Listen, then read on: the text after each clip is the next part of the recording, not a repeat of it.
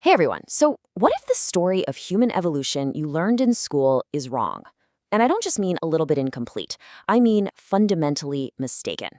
Today, we're going to dig into a pretty provocative theory, one that's backed by some fascinating genetic evidence that suggests our origins aren't the result of some random cosmic accident, but of deliberate design.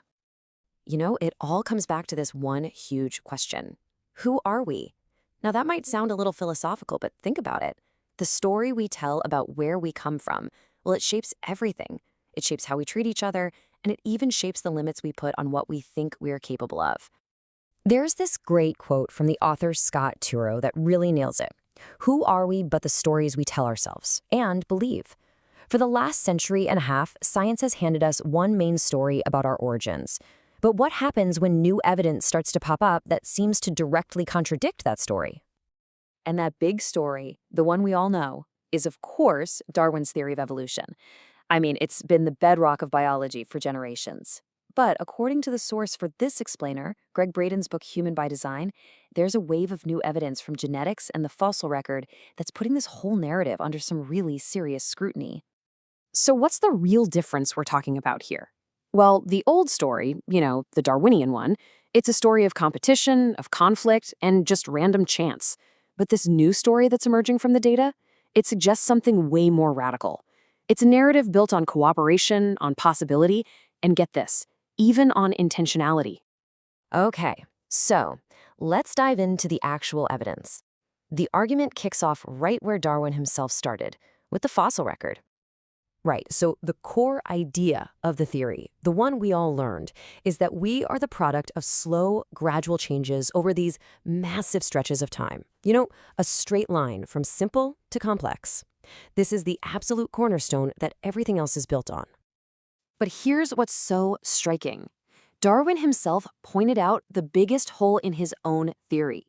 He knew that if evolution happened nice and slow, the fossil record should be just packed with in-between species, what we call transitional forms. But in his own words, he admitted, we meet with no such evidence. And that problem? It's still here today. If you go look up the official charts of human evolution, you'll see the lines connecting us to our supposed ancestors are often dashed. And right there in the fine print, the charts will tell you that those dashes represent inferred or speculative relationships. In other words, they're educated guesses. They're not hard fossil evidence. So the fossil record has some, well, let's call them gaps. But the source for this explainer argues that where the rocks are silent, our own DNA is practically shouting at us with some startlingly clear answers. A really key moment happened back in 1987 when the remains of this incredibly well-preserved Neanderthal baby were found. Now, it took more than a decade of work, but by the year 2000, scientists were finally able to extract its DNA and compare it directly to our own. And the conclusion, published in the top-tier journal Nature, was a total shocker. The DNA showed that we didn't evolve from Neanderthals, we lived on Earth with them. We coexisted, we even interbred a bit, but they are a completely separate branch of the family tree, not our direct ancestors. This discovery points to something even bigger. I mean, if Neanderthals aren't our ancestors, who is?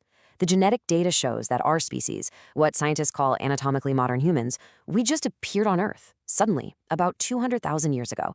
There's no trail of gradual evolution leading up to us. We just showed up.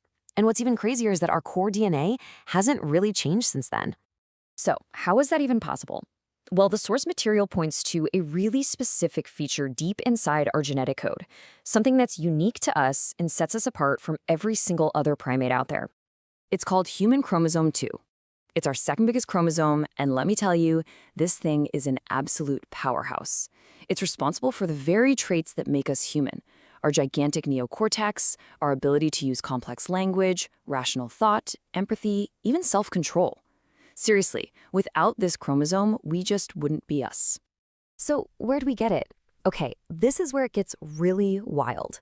Peer-reviewed science, published in the Proceedings of the National Academy of Sciences, confirms that human chromosome 2 wasn't something that evolved slowly over time.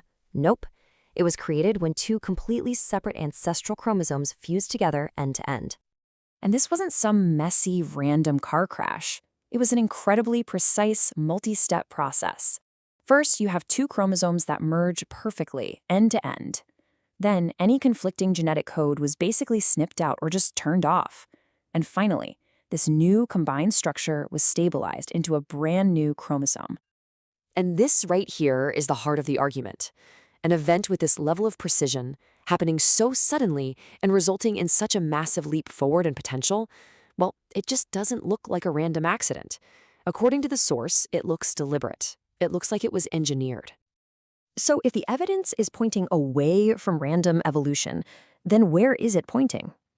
This is where the implications of this new human story start to get truly mind-bending. All right, get ready for a number that's probably going to break your brain. The source cites the mathematical odds of our specific DNA just forming by chance. That number is 1 in 10 to the 600th power. That's a 1 followed by 600 zeros. I mean, it's a number so huge it's basically zero. It's impossible. The late astrophysicist Sir Fred Hoyle came up with the perfect analogy for us to even try to grasp odds like that. He said it would be like a tornado sweeping through a junkyard and accidentally assembling a perfect, ready-to-fly Boeing 747. It just doesn't happen.